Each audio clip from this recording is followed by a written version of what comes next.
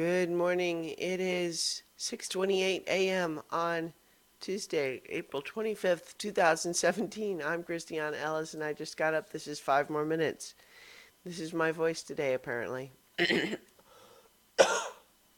So, yeah, still dealing with that. I am going to go ahead and do the Avatar Last Airbender rewatch just because I don't want to put it off any longer. Though I apologize, this one might be shorter and squeakier and scratchier than usual.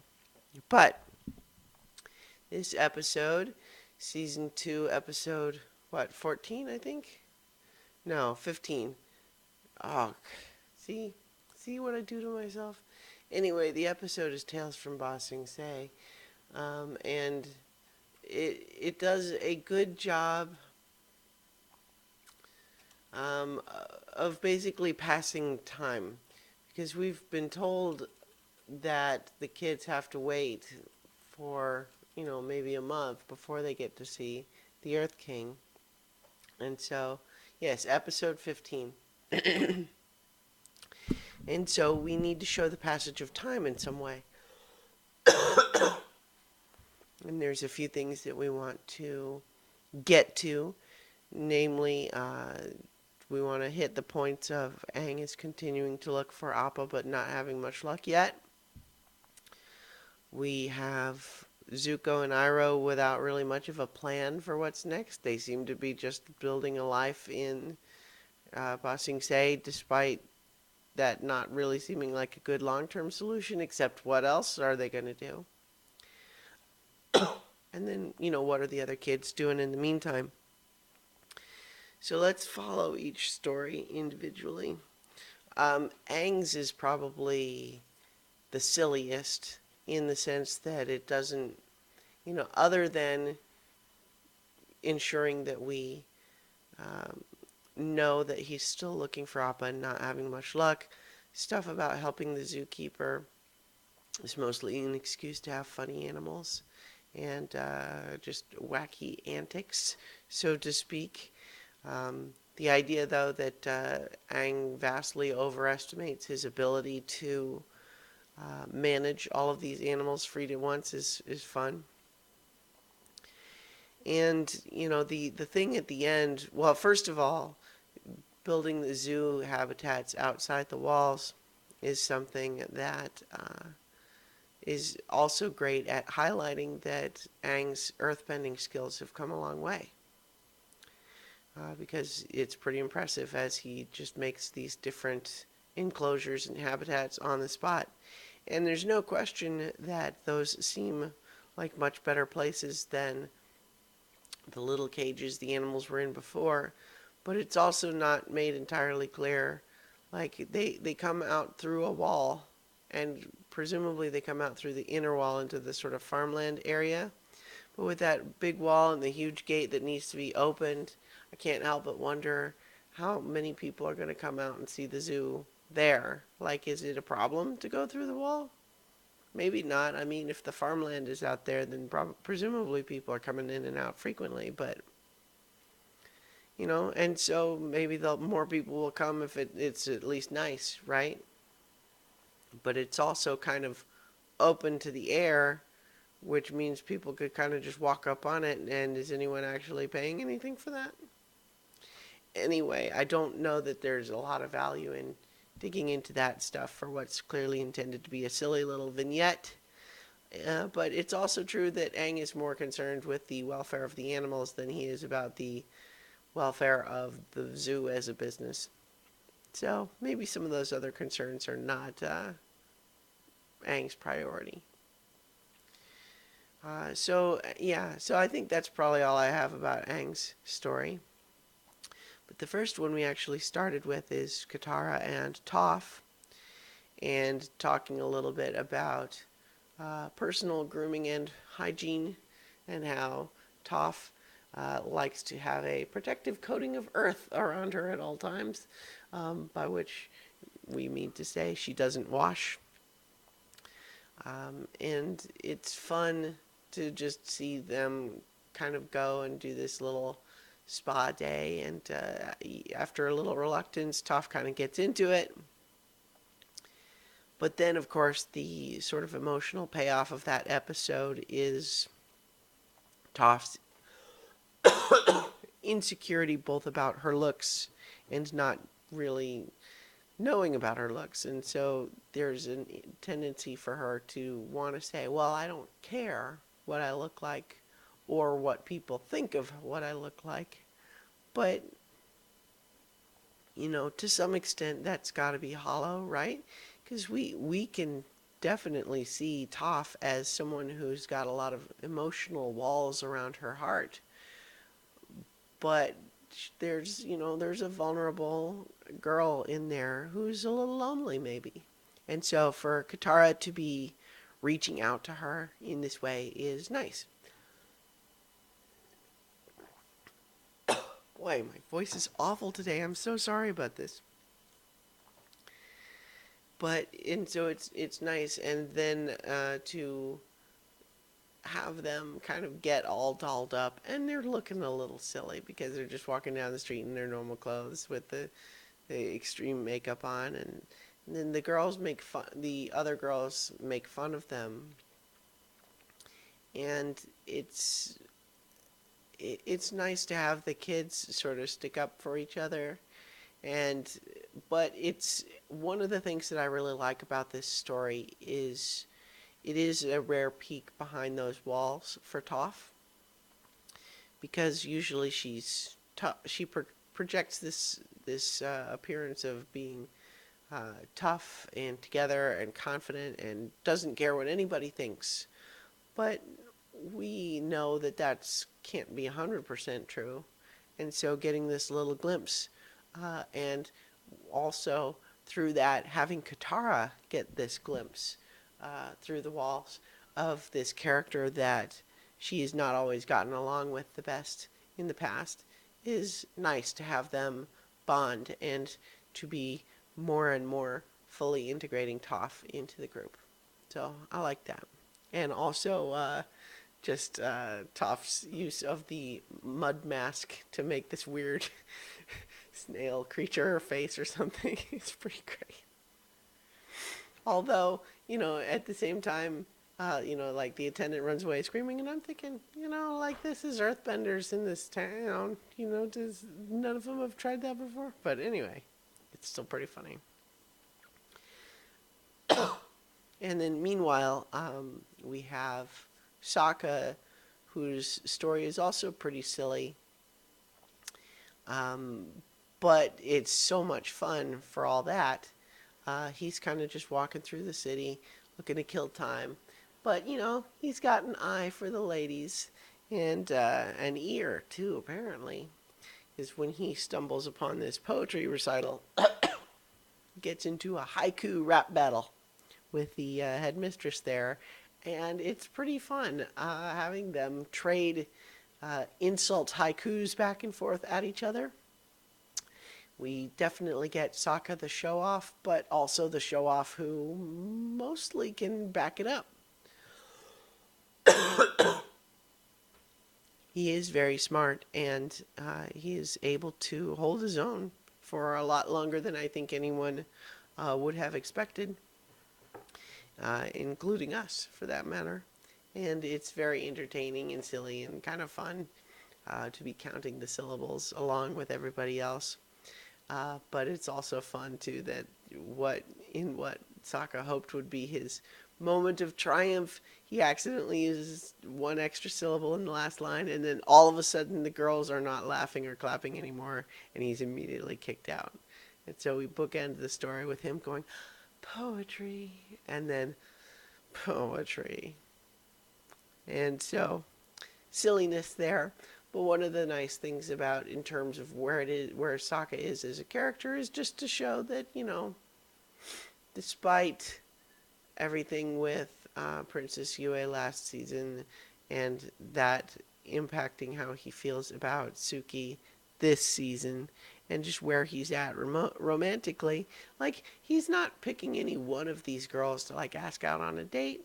This is more just a matter of Sokka's got an eye for the ladies, and he wants to show off because that's who he is. So that's fun. I think I'll do Zuko's next. Um, um, and so we have basically this idea. This is again the dilemma of how long are they intending to stay where they are in this tea shop in Ba Sing Se?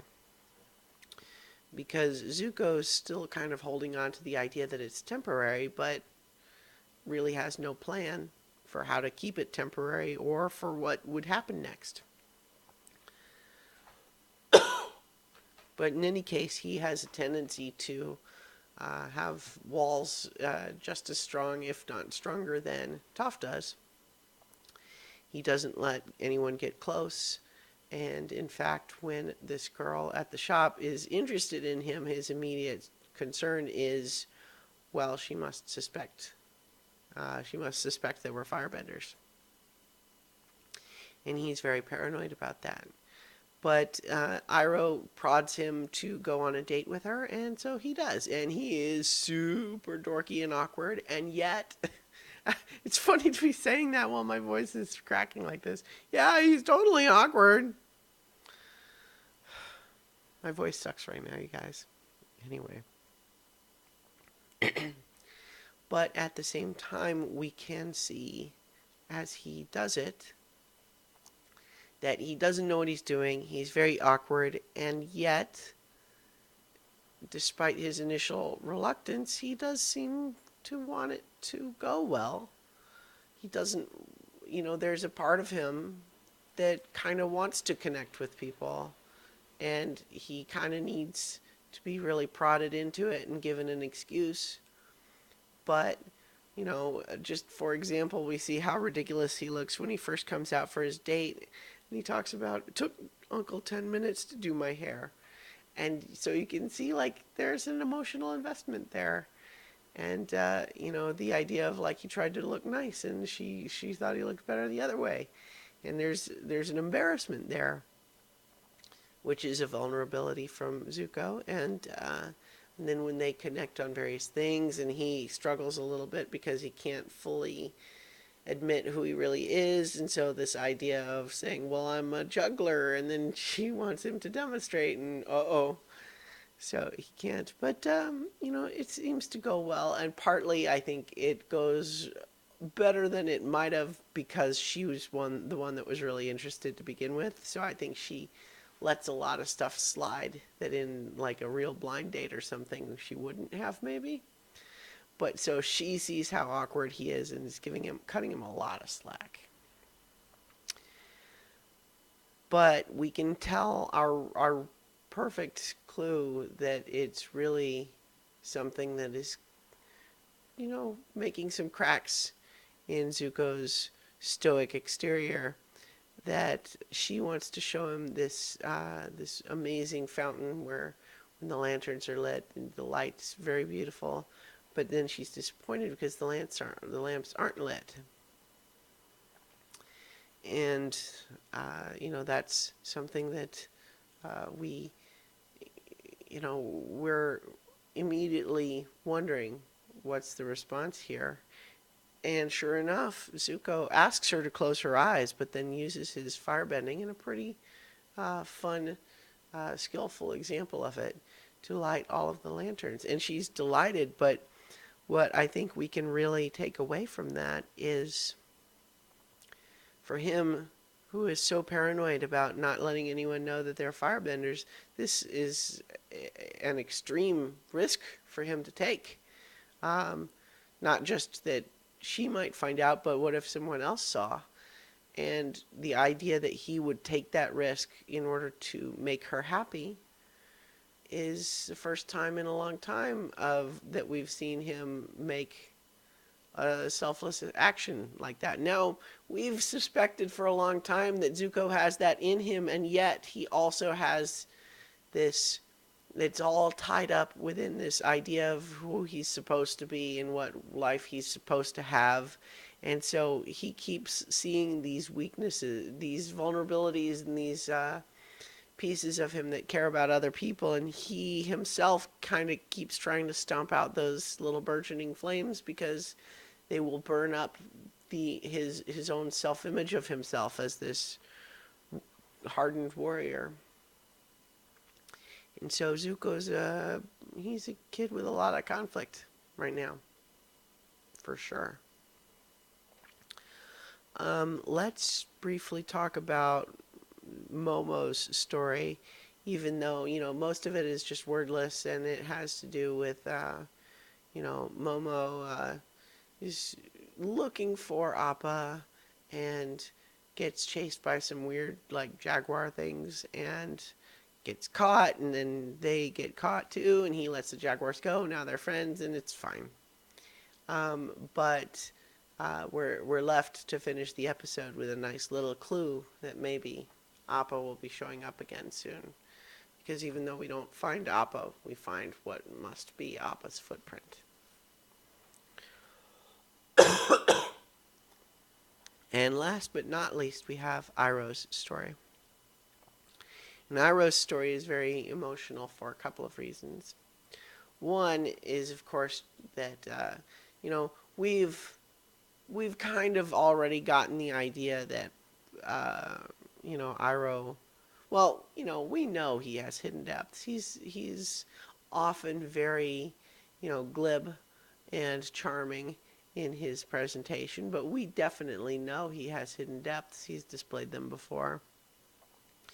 But to show him so kind of cheerful as he buys these things, and initially it seems like maybe he's buying them to go on like a picnic date with a girl or something, or woman, and so we see him, sings the Little Soldier Boy song in sort of a cheery way to this little kid who's crying, and buys various things, and then in a very good-natured way, he helps the mugger improve his stance, but then also sits there, drinks tea with him, and talks with him, and says, "Well, maybe you should actually be a masseuse. I mean, wouldn't that be better?"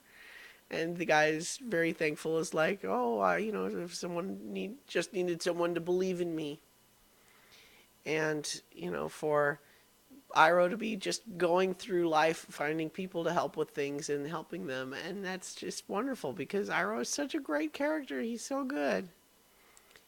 And then, of course, we realize that, this city is the site of the battle where his son was killed, which really just destroyed him. Or, I don't know. We should think about that in terms of emotionally, it changed him for sure. But we don't really ever see what Iroh was like as a general before.